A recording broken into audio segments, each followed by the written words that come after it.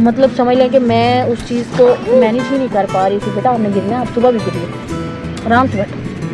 تو پھر جو ہے نا اس کے بعد یہ تھا کہ مطلب مجھے سمجھ نہیں آ رہی تھی کہ میں کیا کروں.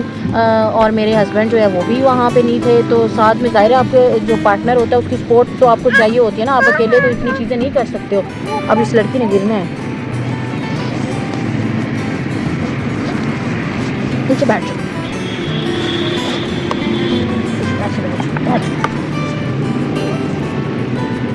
تو پھر یہ تھا کہ ہم نے سوچا چلو کہ ہم مطلب میں نے تو جاب کوئٹ کر دی، تو پھر مجھے شفٹ ہونا پڑا.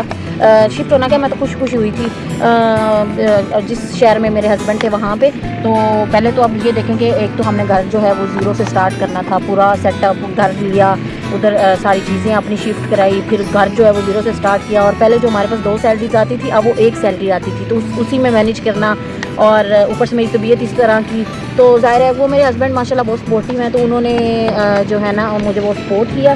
اور انہوں نے مطلب مجھے اس طرح سے نہیں ہوا کہ میں اکیلی رہتی ہوں یا مجھے بیبی بھی میں ایکسپیکٹ بھی کر رہی ہوں تو مطلب میرے سے کام نہیں ہوتے اس طرح سے. تو وہ انہوں نے کبھی مجھے ٹف ٹائم دیا نہیں ہے. اور میں خود بھی ماشاءاللہ اتنی ایکٹیو ہوں کہ میں جو ہوں نا سارے کام کر سکتی ہوں. تو مجھے اس طرح کی چیزوں کا نہیں ہوتا کہ میں کھانا نہیں بناؤں گی، میں خوشی بناتی ہوں.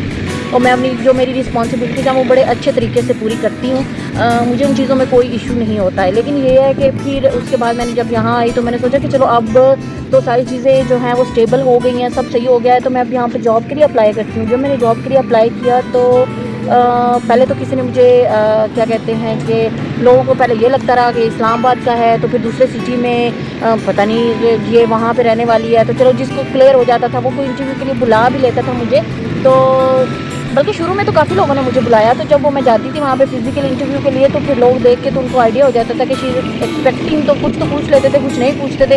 ظاہر آئیڈیا تو آپ کو ہو جاتا ہے نا، آپ کی فزیکل اپیرنس جب 7-8 منتھ ہوتا ہے تو آپ کو تو پتہ چل جاتا ہے، کسی کو بھی پتہ چل جاتا ہے. تو ان لوگوں نے آئیں بھائی شائیں کر کے جی ہم آپ کو بتا دیں گے فلانا یہ وہ. حالانکہ وہ انٹرسٹڈ ہوتے تھے اچھے خاصے، تبھی مجھے بلاتے تھے. تو لیکن وہ خیر وہ بات نہیں بن سکی. انہوں نے کہا چلیں جی، کچھ لوگوں نے کہا جی آپ کی ڈلیوری کے بعد نا پھر ہم آپ کو بلا لیں گے. پھر اس کے بعد جو ہے پھر میں نے کہا اوکے، پھر میں نے چھوڑ دیا کیونکہ اب لاسٹ اینڈ آ گیا تھا، ڈلیوری کا ہونے والا تھا. تو پھر میں نے وہ ٹائم جو ہے نا میں نے کہا اب فائدہ نہیں ہے نا. مجھے آئیڈیا ہو گیا تھا کہ یہ لوگ جو ہے نا اس کو ایکسیپٹ نہیں کرتے. تو پھر اس کے بعد جو ہے وہ کیا ہوا کہ مجھے جانا جب آئلہ پیدا ہو گئی تو اس کے کچھ 3-4 منتھس کے ٹائم پہ نا مجھے لگا کہ مجھے کرنا چاہیے. پھر میں نے سوچا چلو ایٹ لیسٹ 6 منتھس کی ہو جائے تو پھر اپلائی کروں گی. جب 6 منتھس کی بھی ہوگی میں نے اپلائی کیا، تب بھی لوگوں کا یہی تھا کہ نہیں اب ہمارے پاس ڈے کیئر نہیں ہے. کچھ نے کہا جی ڈے کیئر تو ہے لیکن اس میں ویکینسی نہیں ہے، اب آپ تھوڑا سا ویٹ کر لیں، آپ ایسے کر لیں ویسے کر لیں فلانا کر لیں. لیکن میں نے ان ساری چیزوں سے جو بھی سیکھا نا وہ مجھے یہی لگا کہ ہماری جو سوسائٹی ہے یا ہمارے لوگ ہیں نا وہ ایکسیپٹ ہی نہیں کرتے ہیں.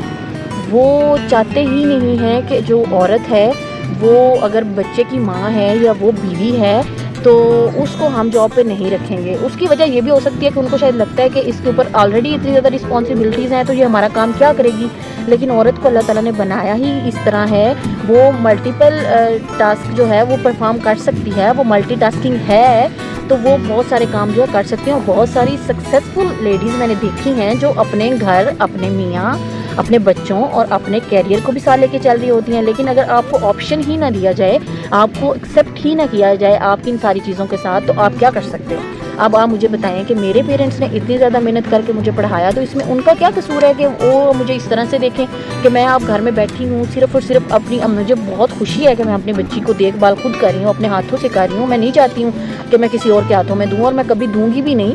لیکن یہ ہے کہ جب آپ ڈے کیئر اور اس طرح کی آپ کو فیسلٹی ملتی ہے، تو جب آپ جتنے گھنٹے آپ جاب پہ ہو اتنے گھنٹے اگر آپ کا بیبی اسی جگہ پہ ہے، آپ اس کو رکھ سکتے ہو، آپ کے سامنے ہے آپ کی نظروں کے، تو پھر تو مطلب میرا نہیں خیال کہ کسی کو کوئی ایشو ہوگا. مطلب میں خود چاہتی ہوں کہ اگر مجھے اس طرح کی جاب آفر ہو جہاں پہ ڈے کیئر ہو، میری جو بچی ہے وہاں پہ اچھے صاف انوائرمنٹ میں بیٹھی ہو، اور مجھے جو ہے نا پتہ ہو کہ میری بیٹی یہیں پہ ہے اور وہ سیف ہے، تو تو مجھے کیا مسئلہ ہوگا جاب کرنے میں.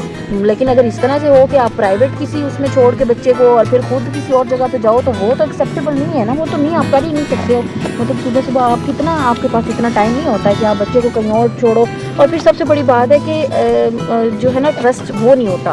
تو اس طرح کی ساری چیزوں کے ساتھ ساتھ پھر میں کافی ٹائم سے چاہ رہی تھی کہ میں کچھ کروں, میں کچھ اپنا بزنس کروں, لیکن وہ بھی اتنا ایزی نہیں ہوتا. اس کے لیے بھی آپ کو انویسٹمنٹ چاہیے ہوتی ہے, چاہے تھوڑی سی چاہیے ہو, لیکن آپ کو چاہیے ضرور ہوتی ہے. تو ان ساری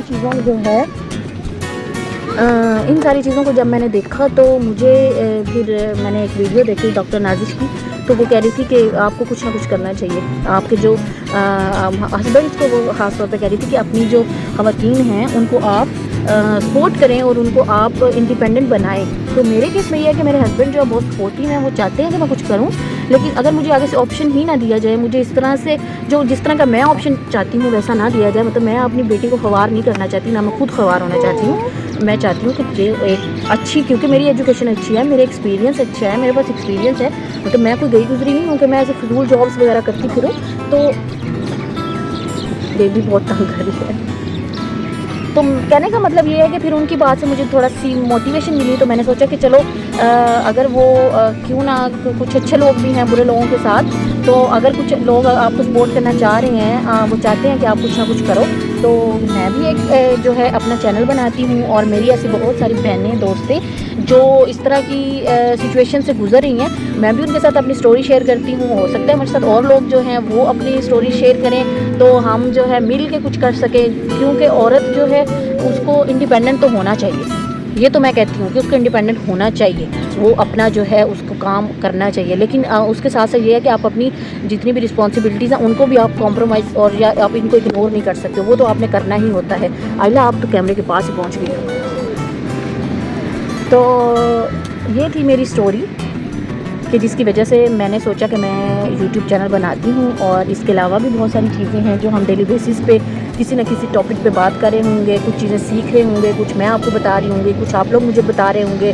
تو آپ نے اس چینل کو اپنا چینل سمجھ کے سبسکرائب کرنا ہے, اور ویڈیو کو لائک کرنا ہے, شیئر کرنا ہے, اور اچھے سے کمنٹس کرنے ہیں. اور آپ کے ساتھ کیا پیش آیا ہے, آپ نے کیا فیل کیا ہے جب آپ کی شادی ہوئی, آپ کے بچے ہوئے, تو جہاں پہ آپ جاب کر رہے تھے ان کے ساتھ آپ کا ایکسپیرینس کیسا تھا, اور سوسائٹی نے آپ کو ایکسیپٹ کیا نہیں کیا, اور جب آپ پڑھ رہے تھے بینگ اے وومن تو آپ کو سوسائٹی کا جو پریشر ہے وہ کس طرح سے آپ نے اس کو ہینڈل کیا. اب تو خیر اتنا نہیں ہوتا, لیکن ظاہر ہے گاؤں سائڈ پہ, کیونکہ میں تو بیسیکلی ولیج سائڈ سے تھی, تو اس لیے وہاں کی مینٹیلٹی اور وہ تھوڑا سا تھا. اب وہ بہت حد تک چینج آ چکا ہے. اب تو خواتین ماشاءاللہ بہت اچھے کام کر رہی ہیں, بہت آگے جا رہی ہیں. لیکن پھر بھی کہیں نہ کہیں تو آپ کو پتہ ہے کہ اس طرح کے جو ہے نا لوگ پائے جاتے ہیں جن کی سوچ اس طرح سے ہوتی ہے. اچھے لوگوں کے ساتھ برے لوگ بھی ہوتے ہی ہیں. تو ہمیں ہمیشہ جو ہے پازیٹیو رہنا ہے. ہمیں برے جتنے بھی آس پاس کی چیزیں ہو رہی ہوتی ہیں ان سب سے اپنے آپ کو دور رکھنا ہے. اپنے آپ کو اپنی سوچ جو ہے وہ ہمیشہ پازیٹیو رکھنی ہے. اپنے گولز جو ہیں ان کے اوپر آپ نے اپنی جو ہے کیا کہتے ہیں ڈائریکشن سیدھی رکھنی ہے. آپ فوکسڈ رہنا ہے آپ نے. تو اس کے ساتھ ہی جو ہے میں آپ سے اجازت چاہوں گی. آج کا جو ہمارا ولاگ ہے اس کو ہم یہیں پہ اینڈ کرتے ہیں. مجھے دیجیے اجازت. اپنے اس چینل کا خیال رکھیے گا. کل ملیں گے کسی اور ویڈیو میں کسی اور ٹاپک کے ساتھ. اور بلکہ آپ مجھے سجیسٹ بھی کر سکتے ہیں کہ اس ٹاپک پہ ویڈیو بنائیں, اس پہ ویڈیو بنائیں, اس پہ ویڈیو بنائیں. تو میں جو ہوں میں ضرور کوشش کروں گی کہ میں ویڈیو بناؤں. تو مجھے دیجیے اجازت. تب تک کے لیے اللہ حافظ.